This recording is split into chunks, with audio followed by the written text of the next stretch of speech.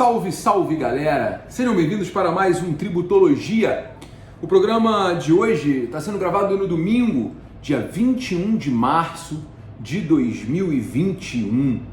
E nesse Tributologia eu preciso trazer um conjunto de notícias que eu, fiquei realmente bastante intrigado nesses últimos dias, nesse mês de março especificamente, exatamente por não entender qual é o caminho que a economia brasileira vai adotar, qual é o caminho que a economia brasileira quer encontrar e aonde a economia brasileira quer chegar, né? No dia 1º de março de 2021, foi publicada a medida provisória 1034, medida provisória 1034. A medida provisória 1034, ela limitou imediatamente o benefício previsto na Lei 8989, que é a isenção do IPI, para pessoas portadoras de deficiência. Essa medida provisória 1034, ela limita esse benefício para veículos de valor igual ou inferior a R$70 mil, incluídos os tributos, ou seja, valor final de venda. E essa medida provisória, ela ao mesmo tempo aproveita para elevar a contribuição social sobre o lucro líquido, para elevar a CSLL dos bancos, né? O objetivo dessa medida provisória é fazer uma compensação da perda de receita da União com a isenção de PIS e COFINS sobre a comercialização e a importação de óleo diesel e GLP. Eu realmente fico um tanto quanto confuso com relação a essas medidas, porque nessa semana que passou foi derrubado no Congresso o veto do presidente, a pedido do próprio presidente, diga-se de passagem, foi derrubado no Congresso o veto no sentido de que havia uma possibilidade de perdão de dívidas tributárias dos templos religiosos. E aí vocês vão perguntar, pô Gabriel, mas o templo religioso não tem imunidade? Como é que vai ter dívida tributária? Cuidado, porque o templo religioso ele tem imunidade de impostos sobre patrimônio, renda e serviços, né? As contribuições não são imunes.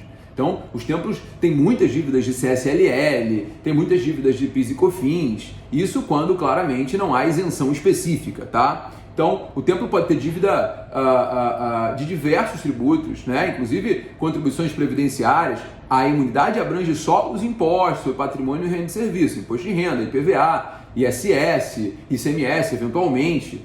Mas, e aí, a pedido do presidente, o Congresso derrubou o veto, o que representa um perdão de 1,4 bilhões de reais. 1,4 bilhões de reais. E aí eu queria realmente entender o que se passa na cabeça. Bom, na cabeça não. Qual é o programa de um governo que perdoa 1,4 bilhão de dívida de templo religioso e tributa ao banco? Ok, vai, o banco tem dinheiro para pagar, mas bota na conta a redução do PIS/COFINS sobre óleo diesel, bota na conta do deficiente físico. Eu queria saber onde está a lógica disso. Bota na conta do deficiente físico e detalhe, com um impacto na indústria automobilística que já está absolutamente pressionada pela crise. Como? O que se passa num programa de governo desses? Qual é a ideia de um programa de governo desses? Então, eu vou prejudicar o deficiente, eu vou prejudicar a indústria automobilística para beneficiar o templo religioso. Essa é a mensagem do governo. Eu realmente me espanta muito uma situação dessas, mas eu não quero ficar aqui trabalhando nesse tipo de opinião. Eu quero trabalhar hoje de forma técnica, porque é uma violação constitucional na medida provisória 1034. Por quê? Porque a medida provisória 1034, ela prevê a aplicação desse teto imediatamente. E não pode. A aplicação desse teto não pode ser imediata, porque isso representa uma revogação de isenção. E como representa uma revogação de isenção, isso não pode produzir efeitos imediatos. Por quê? Porque a Constituição, ela prevê no artigo 150, inciso 3, o princípio da não surpresa. O princípio da não surpresa, ele garante que o indivíduo não seja surpreendido por uma carga tributária que ele não se programou para suportar.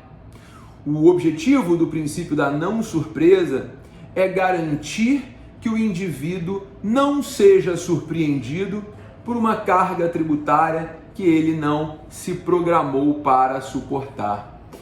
E aí, gente, o que eu digo para vocês é o seguinte: o objetivo da não surpresa é manter a possibilidade do indivíduo de fazer um planejamento financeiro, de fazer uma organização financeira para a sua vida, de fazer uma organização financeira para que ele possa efetuar o pagamento dos tributos em dia, para que ele não seja pressionado por uma carga tributária que ele até então não estava preparado, que até então não havia a previsibilidade, né? Então a não surpresa garante, sem sombra de dúvidas, a segurança jurídica.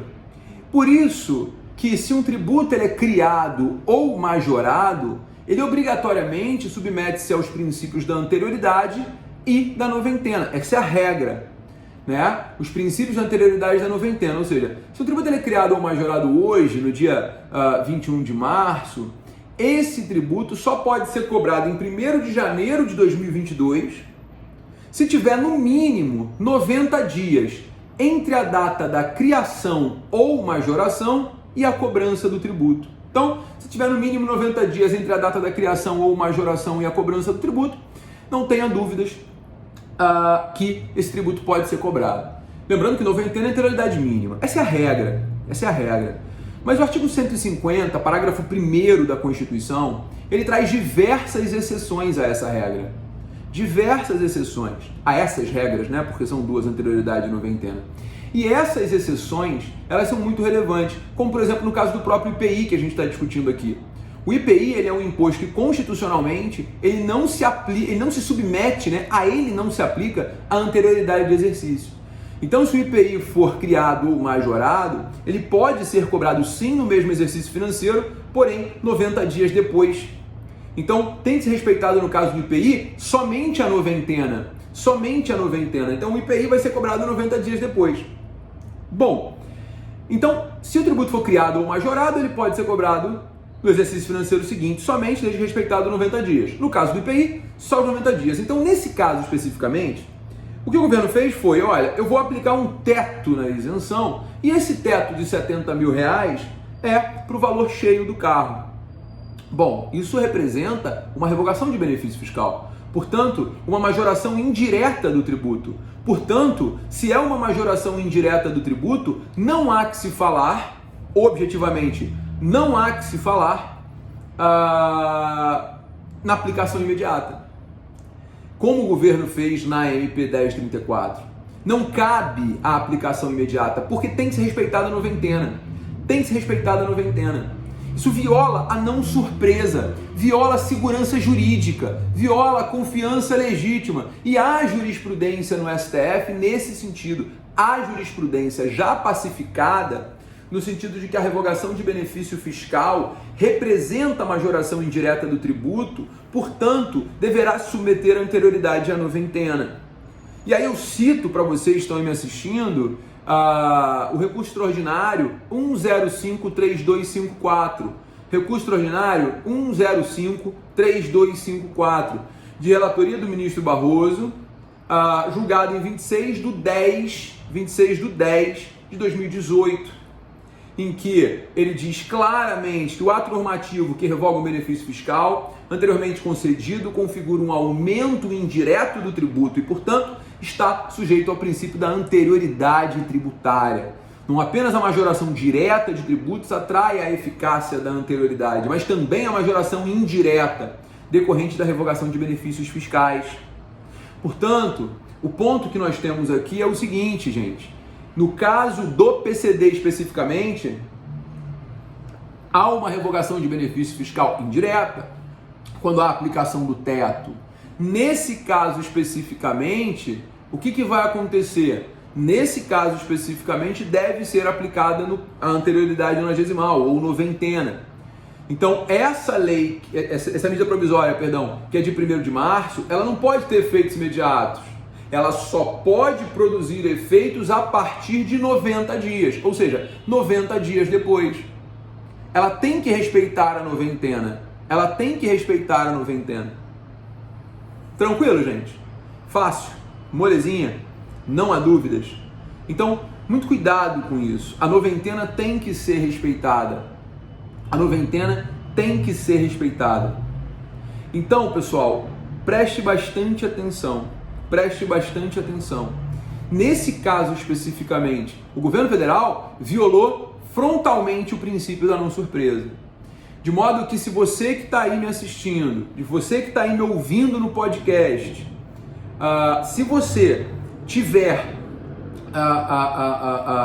um procedimento em aberto, um processo em aberto para obter a isenção de PCD na aquisição de veículo, você tem o direito de não se submeter ao teto previsto na medida provisória 1034. Por quê? Porque efetivamente tem que ser respeitada a noventena. Portanto, se a medida provisória ela é de 1º de março, só pode ser aplicada a partir de junho. Então, especificamente, muito cuidado com isso, porque o governo, quando precisa arrecadar, ele publica normas inconstitucionais, normas ilegais. Nesse caso é inconstitucional, é frontalmente inconstitucional, e a jurisprudência do STF é muito favorável. Então, não deixe precluir, não perca o seu direito. E para o setor automotivo, também é importante que se manifeste, que brigue, que a Anfávia faça alguma coisa. Porque, veja, com forma de prejuízo, o prejuízo ele é enorme. Porque, veja, o mundo dos carros PCDs agora, ele ficou desse tamaninho. Porque carro no Brasil é um bem da vida caríssimo. E, eventualmente, para o deficiente físico, o carro ele é necessário. Ele não é um luxo, ele é necessário. E hoje, qualquer carro 1.0 bate 50, 60 mil reais. É um absurdo no Brasil. Portanto, gente, esse é um exemplo de inconstitucionalidade praticada pelo governo. Não é a primeira, não vai ser a última, e é por isso que o advogado tributarista tem que estar sempre atento às normas e sempre ligado aos conceitos que se aplicam.